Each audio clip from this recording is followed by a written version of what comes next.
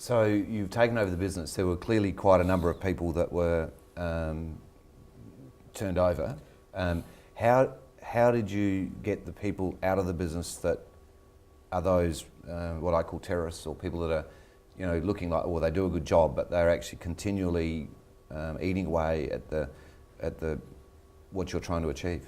Well, I mean, first and foremost, you've got to, some of these things become unacceptable behaviour. I mean, if people aren't going to buy into the process and the program, then they've got to get off the bus. And so I had people that self-selected who didn't believe in the process. Self-selected. Self-selected out, right. And there were some that were selected to leave. But I have to say that it's you very quickly, having gone through this sort of process a couple of times in the past. I also did the same sort of thing at ASB. You find very quickly, you notice the signals, the non-verbal signals and the like, that indicate that a person's just not committed to the changes that you want to put in place. So it's very important to get those, as you say, terrorists out of the organisation. And then it's about finding the right sort of people, the people that have got the influencing skills. They're people that are talented in their own right, but you're looking for people that have got leadership skills. They're not just good technically, they're actually very good at influencing and encouraging people. And I think that's been a real critical factor. So all of the people that I've brought into the organisation at senior levels, it's fair to say that not one of them has failed. They have all delivered, I think, tremendously. Well, you've got Adrian Smith here in South Australia now, Joe Formicelli, Antonia, and all of these people that we're dealing with, they are all sensational. Where do you get them from? Well, Adrian, for example, worked with me at ASB, so I've known Adrian a long time. And she's a gun. She's fantastic. And Ross McEwen, who runs the retail bank, he brought her over from New Zealand, and Ross had worked with her previously in New Zealand at ASB also. So, so therefore, you know people, you pull people in because you value their ability to make a contribution, and it's really important to do the hard yards in looking at their backgrounds and a number of people I brought on board, I didn't actually know them, but I did a lot of background research to make sure they had the right sort of stuff. So, I mean, even in the private bank, Adrian, you've got Adrian there and Steve and the team that seems to be running very well across all of your management structure. It's incredible you get that consistency. So that is your selection process. Is there any particular way that selection process is driven from the top end? Well, very much from the point of view that everybody in the organisation knows my absolute focus on right. Customer service, absolute focus on getting things right the first time, making sure we don't screw our customers up.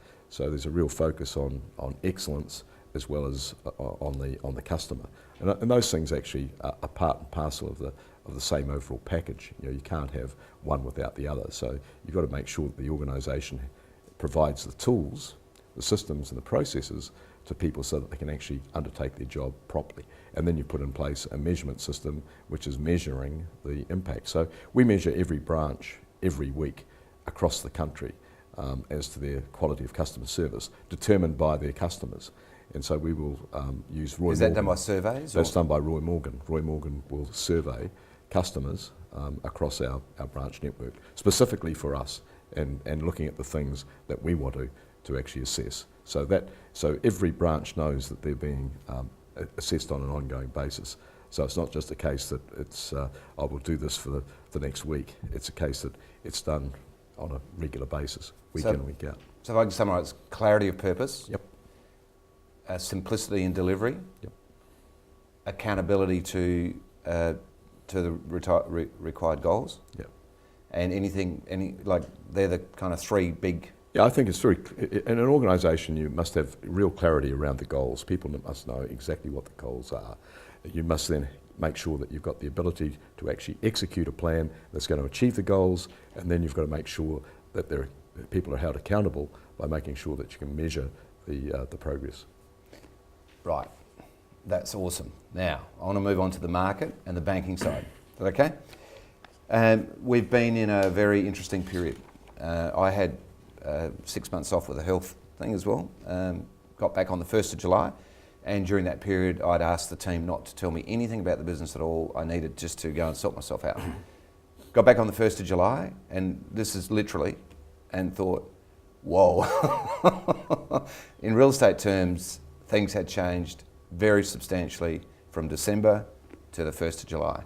And having genuinely been out of the market and intentionally stayed out of it, it was much more obvious than I think when you're in it and you're just doing it day by day.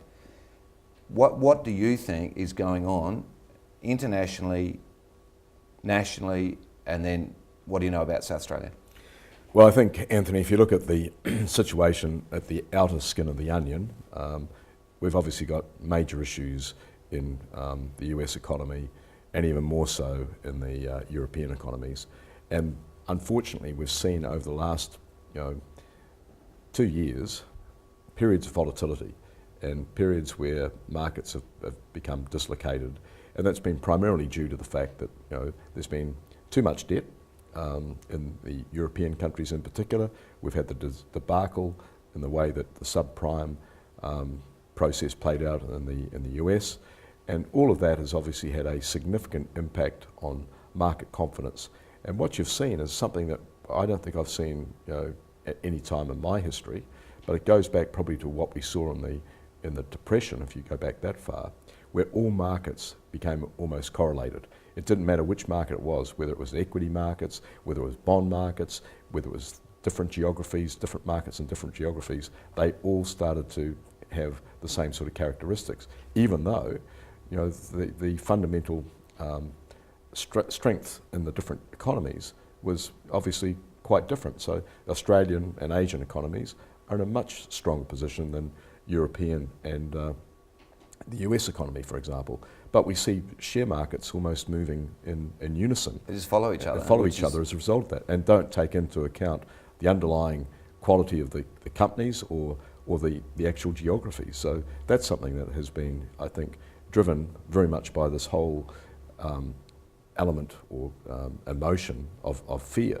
Now, if you look at what that means, obviously that's meant that the cost of money internationally has gone up. That's had an impact on funding costs and the cost of money that's being borrowed in countries like Australia.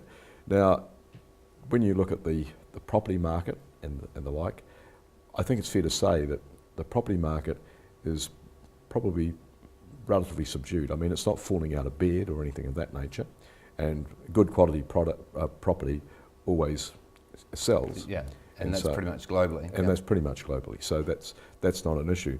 I think you've got a situation that Australians in particular don't have a problem as far as the wherewithal, because we're seeing savings rates at record highs, levels of savings that we haven't seen since the early 1980s. It sort of goes back to what you were talking about earlier, when you had to have a savings record with a bank in order to get a loan. It's reversed completely. And now it's in a situation where there's plenty of money around, but there's a reluctance to borrow. And so you then turn around and say, why is that happening? And really it comes down to psychology. I don't think there's any doubt that people pick up their newspapers, they go online on the internet, they look at television, and they see all this bad news. Most of this bad news is emanating out of outside of Australia. Australia has actually got the best terms of trade that's had in its history. Its currency has appreciated because of the strength of its economy. All of those things are actually quite good things, but people see them very much almost as a negative. And I think we shouldn't underestimate the impact of a government that is seen to be possibly weak as a result of the fact that it's a minority government, and people think that the tail's wagging the dog, those sorts of things. So I think when you bring all of those factors together, you get a situation where this is a confidence issue rather than being an issue of real substance and reality. It's perception, but perception, as we all know, becomes reality.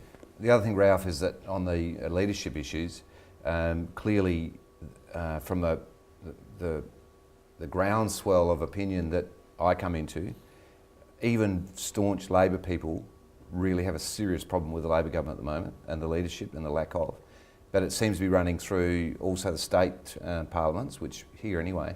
So if you ran a business basically with that kind of leadership, you're going to get a really bad outcome. And that's my biggest fear, that we have such a good business of Australia, and I would hate to think that just through a leadership issue, we end up in a place that we didn't need to be. Well, we can only speculate on that. I mean, the issue is that politicians, unfortunately, tend to take short-term decisions in order to get re-elected or to be seen to be populist. Politicians have to have courage, and I think at the moment, I think there has been some courage here in Australia. I don't think you could say there hasn't, but I think the problem we have at the moment is that European leaders haven't got the courage to do what they need to do to sort out their sovereign debt crisis, and that's the problem. They're going to have to do it at some stage, but the problem they have is that by kicking the can down the road, the markets end up demanding more and more. If they had done somewhat less, but done it with great deliberately and really got stuck in, a year ago, it might have cost them a lot less than what it will cost them. With a lot bigger impact. Yeah, absolutely. So Ralph, as an average person who might be watching this program, they live in a mum and dad's house or a nice home, and they're thinking about what they should be doing. What would you recommend to just people who are normal people? Should they be cautious, or if they need to move, or what around your family table? What would you advise friends to do at the moment? Well, first thing, Anthony, I've got to be very careful. I'm not a financial advisor. No, we get that. Okay. Just a fireside chat. I think what I would recommend to anybody is to always act with prudence. Look at your situation. What can you appropriately afford?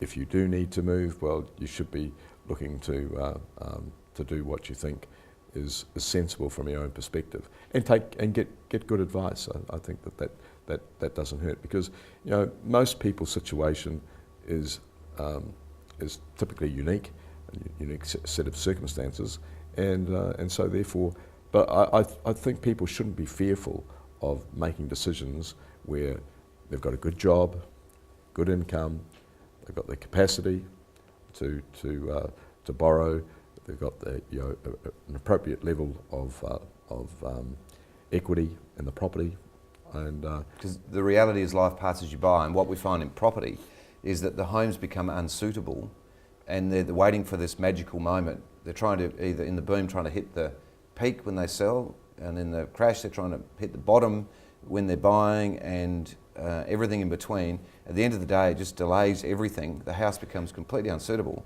and life goes by. Well, I think, Anthony, the important thing to realise is that the people, if you're buying and selling in a market, well, you're buying and selling in a market. If the market's gone down 10%, you're getting 10% less, theoretically, for what you're selling, and you're paying 10% less for what you're buying. So I think the issue here is that if people are buying and selling on the market, if they're getting what is the current market, and they're buying on that same market, they shouldn't have a concern. Position neutral. Exactly. Yep.